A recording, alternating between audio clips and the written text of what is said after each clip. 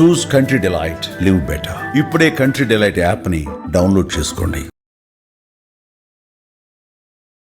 నమస్తే అండి సురేష్ బాబు గారు. కీర్తి గారు నమస్కారం అండి. తులారాశి వారికి జూలై 1 నుంచి 31 తారీఖు వరకు ఎలా ఉంటుందో తెలుసుకుందాం. సో తులారాశి జులై మంత్ ఎలా ఉందో తెలుసుకుందాం అండి. దానికి ముందు ముఖ్యంగా జులై మంత్లో 3-4 విశేషమైన గొప్ప పండగలు పర్వదినాలు ఉన్నాయండి. అవి జ్యోతిష శాస్త్రం ప్రకారాన్ని పరిహారాలు చేసుకోవడానికి అద్భుతమైన రోజులు అని మనం చెప్తామండి. అవి ఒకటి ఆషాఢ నవరాత్రి, ఎవరైతే కనుక వారాహి నవరాత్రులు అంటారు.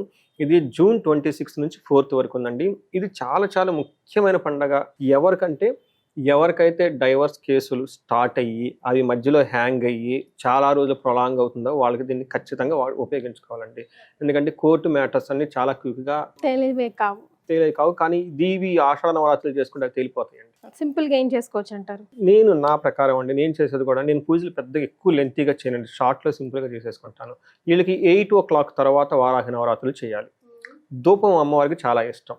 తర్వాత అమ్మవారికి అష్టోత్తర నామాలు దొరుకుతాయి, వారాహి అమ్మవారి అష్టోత్తర నామాలు అవి చదువుకుని తర్వాత సింపుల్గా పూజ చేసుకుంటే సరిపోతుందండి. ఇంకెంతకు మించి ఎక్కువ ఏం అవసరమే లేదండి. కాకపోతే ఆ 9 days వీళ్ళని ఎవరిని పడితే వాళ్ళని తిట్టకూడదు.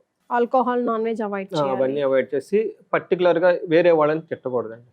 ఇది అంటే అమ్మవారి కొంచెం ఉగ్రరూపం కదండి, శాంతంగా ఉండాలి. వేరే వాళ్ళు తిట్టినేవ్వండి, బట్ వీళ్ళు మాత్రం పేషెంట్, అది ఒక్కనే మేము జాగ్రత్తగా ఉండాలి. వేరే వాళ్ళ మీద మనం షౌట్ చేయటం, మరవటము, వేరే వాళ్ళని మాట్లాడకుండా ఈ ఒక్క గనక చేయగలిగితే అమ్మవారు ప్రొటెక్ట్ చేస్తారండి. అంటే వాళ్ళకు ఉన్నదాన్ని బట్టి ఇంకా నెట్లో ఇన్ఫర్మేషన్ దొరుకుతుందండి, వాళ్ళకి పేషెన్సీ ఉంది, షోడోపచారాలు ఇవన్నీ చేసుకుంటే వెళ్ళండి. బట్ అట్లీస్ట్ సింపుల్గా ఎంతవరకు చేసుకున్నా కానీ చాలా బాగుంటుందండి. నైట్ 8 o'clock ఇంట్లో ధూపం వేస్తే చాలా బాగుంటుందండి. అసలు ఆ ఇంట్లో వాతావరణమే మారిపోతుంది. సింపుల్గా పంచోపచార పూజ చేసుకున్నా కానీ ధూపం ఒక్కటేసి ఈ అమ్మవారి మంత్రాలు అవన్నీ కనుక చదువుకుంటే నెట్లో దొరుకుతాయండి. సింపుల్గా పూజ చేసుకుంటే చాలా పవర్ఫుల్గా ఉంటుంది. రెండోది, గురు పూర్ణిమ కూడా జూలై 10th ఉందండి. ఎవరికైతే గురు బలం సరిగా లేదో, గురుదశ నడుస్తుందో, గురు అనుకూలంగా లేరు, ఇబ్బంది పడుతున్నారో, చదువుల్లో సరిగా లేరో, వీళ్ళకి గురువులకి శుశ్రూష అంటే ఏం చేయాలంటే అండి, మనకి సేవ చేయాలి. సేవ కనుక చేస్తే చాలా మంచిది. అంటే గురువులకి చెప్పులు ఇవ్వటము, బట్టలు పెట్టడము, ఎల్లో కలర్ దానం చేయటం, శనగలు దానం చేయటం, ఆశ్రమాలకు వెళ్ళటం, మఠాలకు వెళ్ళటం, వాళ్ళ ఆశీర్వాదం తీసుకుంటే చాలా బాగా కలిసి వస్తుంది. అంతేకాకుండా అదే మంత్లో లాస్ట్లో నాగపంచమి, అగైన్ ఎవరికైతే పిల్లలకి మిస్క్యారేజ్ అవుతుందో, పిల్లలు కలగటం లేదో, వీళ్ళు ఆ రోజుని అస్సలు మిస్ కాకుండా అమ్మవారికి పూజ చేసుకుంటే నాగదేవతకి ఆ యొక్క దోషాలన్నీ పోయేసి వాళ్ళకి కావాల్సిన అభీష్ట సిద్ధి నెరవేరే అవకాశం చాలా ఎక్కువగా ఉంటుంది. ఇవన్నీ మనతో పాటు 6న మనకి తొలి ఏకాదశి ఉందండి. ఇంట్లో ఎవరికైతే కనుక కంటిన్యూస్ ప్రాబ్లమ్స్ ఉన్నాయండి, లాస్ట్ 1 year నుంచి 2 years నుంచి చాలామంది మెసేజ్లు చేస్తుంటామండి, లాస్ట్ 10 years నుంచి మాకు ఏ ప్రాబ్లమ్స్ ఉన్నాయండి అంటారు. కొంతమంది రెమెడీ చెప్తే ఆ రెమెడీ చేసుకోవడానికి కూడా వాళ్ళ దగ్గర డబ్బులు ఉండవండి. అలా కొంచెం ఇబ్బంది ఉన్న వాళ్ళు ఎవరైనా కనుక ఉంటే తొలి ఏకాదశి రోజున మహాన్యాసపూర్వక ఏకాదశి రుద్రాభిషేకం వాళ్ళ నివసిస్తున్న ఇంట్లో కనుక చేసుకుంటే ఆ దోషాలన్నీ పోయేసి ఒక మెరుగుపడుతుందండి ఆ ఫ్యామిలీ అంతా. ఇవి మనం మేజర్గా ఉన్నాయి ఈవెంట్స్ అని చెప్పుకోవాలి. ఓకే. ఇందులో ముఖ్యంగా ఈ మంత్ గ్రహస్థితి కనుక తులారాశి వాళ్ళని చూసుకుంటే చిత్తా 3-4 పాదాలు, స్వాతి 1, 2, 3, 4 పాదాలు, విశాఖ 1, 2, 3 పాదాలు అంతా ఈ తులారాశిలో ఉంటాయి. పేరు బలం కనుక చూసుకుంటే వీళ్ళకి రా, రీ, రు, రే, రో, తా, తీ, తూ, తే అన్న లెటర్స్ అంతా కూడా తులారాశిలో ఉంటారు. మనం ఇందులో 2 గ్రహాలు ఎక్కువగా మారినాయి ఉండే. ఒకటి మారిన గ్రహాల్లో సూర్యుడు ఒకటను, తర్వాత శుక్రుడు, ఈ 2 గ్రహాలు మారి ఉన్నాయి అనమాట. వీటి యొక్క ఇంపాక్ట్ మనం కనుక చూసుకుంటే వీళ్ళకి ఎక్కువగా విపరీత వేద అన్న కాన్సెప్ట్ ద్వారా అన్ని గ్రహాలు చాలా పాజిటివ్గా ఉన్నాయి, కానీ అవన్నీ వీళ్ళకి ఎక్స్పీరియన్స్ అవ్వరు. అంటే నెగిటివ్గా అయితే ఖచ్చితంగా ఉండదు, పాజిటివ్గా ఉంటుంది, కానీ అవి చాలా లో లెవెల్లో వీళ్ళకి ఎక్స్పీరియన్స్ అవుతారు. అంటే ఒక రకంగా తటస్థంగా ఉండే మంత్ అని మనం చెప్పుకోవాలి. మంచిదే కదండి తటస్థంగా, అట్లీస్ట్ నెగిటివ్ సైడ్లో లేకుండా. సో మనం ఈ ప్రకారం ఏమవుతుందంటేనండి, భూలాభం ఉంటుంది, సౌఖ్యంగా ఉంటుంది, సంపదలు ఉంటాయి, అనుకున్న పనులన్నీ జరుగుతాయి. సో వీళ్ళకి ఇబ్బంది పెట్టేది అయితే ఏమీ లేదని మనం చెప్పుకోవాలి. గురువు కూడా 9వ ఇంట్లో ఉన్నారు, మంచి సుఖప్రాప్తి చూపిస్తూ ఉన్నాడు. ఒక శని మాత్రం శత్రుల మీద విజయం సాధిస్తూ ఉంటుంది. ఒక రకంగా అన్ని విషయాలు చాలా బాగుంది, కానీ ఏది ఎక్స్పీరియన్స్ అవ్వరు, చాలా లో లెవెల్లో ఎక్స్పీరియన్స్ అవుతారని మనం చెప్పుకోవాలి. 10th హౌస్లో సూర్యుడు ఉండటం వల్ల ఏమవుతుందంటే వీళ్ళకి ప్రొఫెషనల్ మ్యాటర్స్లో చాలా స్ట్రాంగ్గా ఉంటారు. ప్రమోషన్స్ వచ్చే అవకాశం ఎక్కువగా ఉంటుంది. పెద్ద నాయకులను కలుస్తూ ఉంటారు, వాళ్ళకి అనుకున్న పనులన్నీ చక్కగా చేసుకుంటూ ఉంటారు. తర్వాత ఫాదర్ ద్వారా మంచి కీర్తి ప్రతిష్టలు అవన్నీ వచ్చేస్తూ ఉంటాయి.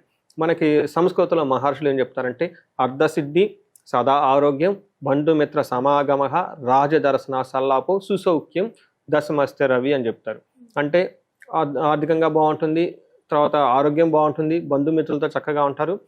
రాజదర్శన సల్లాపో అని చెప్తారు. అంటే వీళ్ళపై ఉన్న బాసులను కలవటము, గవర్నమెంట్ అఫీషియల్ని కలవటము, లేదంటే పొలిటీషియన్లు కలవటం, వీళ్ళకి కావాల్సినవన్నీ వాళ్ళకి చెప్పి ఒప్పించుకొని వాళ్ళ దగ్గర నుంచి తిరిగి మళ్ళీ రిటర్న్ వీళ్ళు మంచి పొందుతారు అని చెప్పేసి చెప్తూ ఉంది. అయితే 4th హౌస్లో దృష్టి ఉండటంతో ఇంటికి సంబంధించిన విషయాలు ఇలా అంత సౌఖ్యంగా ఉండరు అని చెప్పొచ్చు. అయితే 11th హౌస్లో అగైన్ వీళ్ళకి కుజుడు ఉండటంతో, కుజుడు 11th హౌస్, కుజుడితో పాటు కేతు కూడా ఉండటం వల్ల ఇది ఒక మంచి పొజిషన్ వీళ్ళకి అని మనం చెప్పుకోవాలి. ఏ ప్రకారంగా అంటే ఆరోగ్యం బాగుంటుంది, యత్న కార్యానుకూలత్వం, ఏదైనా కనుక పని చేస్తే చక్కగా పనులన్నీ టకాటక ముందుకు వెళ్ళిపోయి చాలా బ్రహ్మాండంగా పనులన్నీ అయిపోతాయని మనం చెప్పుకోవాలి. అయితే ఒక్క విషయంలో జాగ్రత్తగా ఉండాలి, వీళ్ళకి ధనం కోల్పోయే అవకాశం ఎక్కువగా ఉంటుంది, కొంచెం జాగ్రత్తగా ఉండాలి. మరలా అగైన్ 8వ ఇంట్లో శుక్రుడు ఉండటం వల్ల అగైన్ ఇది మంచి పొజిషన్ అని చెప్పుకోవాలి. దుఃఖానా శాంతః అని చెప్తారు. అప్పటిదాకా వాళ్ళకి ఏదైనా కనుక దుఃఖం పెడుతూ ఉంటే ఆ దుఃఖం అంతా పోతుంది, మహాసౌఖ్యంగా ఉంటారు. అగైన్ రాజదర్శనం ఆప్తి, ఇప్పుడు కూడా ఐఫై ఆఫీషియల్ని కలిసేసి వాళ్ళకి కావాల్సిన పనులన్నీ చూసుకునే వచ్చే అవకాశం చాలా ఎక్కువగా ఉంది. మంచి ప్రమోషన్స్ వచ్చేసి చక్కగా ఉండే తులారాశి వాళ్ళకి చాలా రోజుల తర్వాత ఒక మంచి టైం వచ్చిందని మనం అనుకోవాలి. మరి నక్షత్రాల ప్రకారం ఇందులో చిత్తా, స్వాతి, విశాఖ 3 నక్షత్రాలను చిత్తా నక్షత్రం కనుక చూసుకుంటే వీళ్ళకి పాజిటివ్గా వస్త్రలాభము, పరవాసము, విదేశాగమనము, క్షేమంగా ఉన్నాయి. అయితే నెగిటివ్ సైడ్లో హెల్త్ కొంచెం జాగ్రత్తగా పెట్టుకోవడం ఎంత ఇంపార్టెంట్. స్వాతి వాళ్ళకి క్షేమంగా ఉంటారు, పరవాసము, వస్త్రలాభం అనేవి పాజిటివ్గా ఉన్నాయి, హెల్త్ కాంప్లికేషన్స్ ఉండే అవకాశం ఎక్కువగా ఉంది. విశాఖ నక్షత్రం వాళ్ళకి క్షేమంగా ఉంటారు, పరవాసము, ఫారిన్ వెళ్ళే అవకాశం ఎక్కువగా ఉంటుంది. వీళ్ళకి కొంచెం రోగము, దేహపీడనము, దరిద్రము కూడా చూపిస్తుంది. ఫైనాన్షియల్ క్రైసిస్ వచ్చే అవకాశం ఎక్కువగా ఉంది. ఇవి కాకుండా లత్త ఉండటం వల్ల చిత్తా నక్షత్రం వాళ్ళకి ధనం కోల్పోయే అవకాశం ఎక్కువగా ఉంది. బట్ మిగతా వాళ్ళందరికీ అంత పెద్ద ప్రాబ్లం అయితే లేదు. వీళ్ళ ధనం కోల్పోయేది కూడా జూలై 23 తర్వాత మంత్ ఎండ్ లోపల ఈ 1 వీక్ కొంచెం జాగ్రత్తగా ఉండాలి, మనీ విషయంలో కేర్ఫుల్గా ఉండాలి చిత్తా నక్షత్రం వాళ్ళండి. జూలై 23 తర్వాత మంత్ ఎండ్ వరకు ఈ 1 వీక్లో కొంచెం జాగ్రత్తగా ఉండాలి.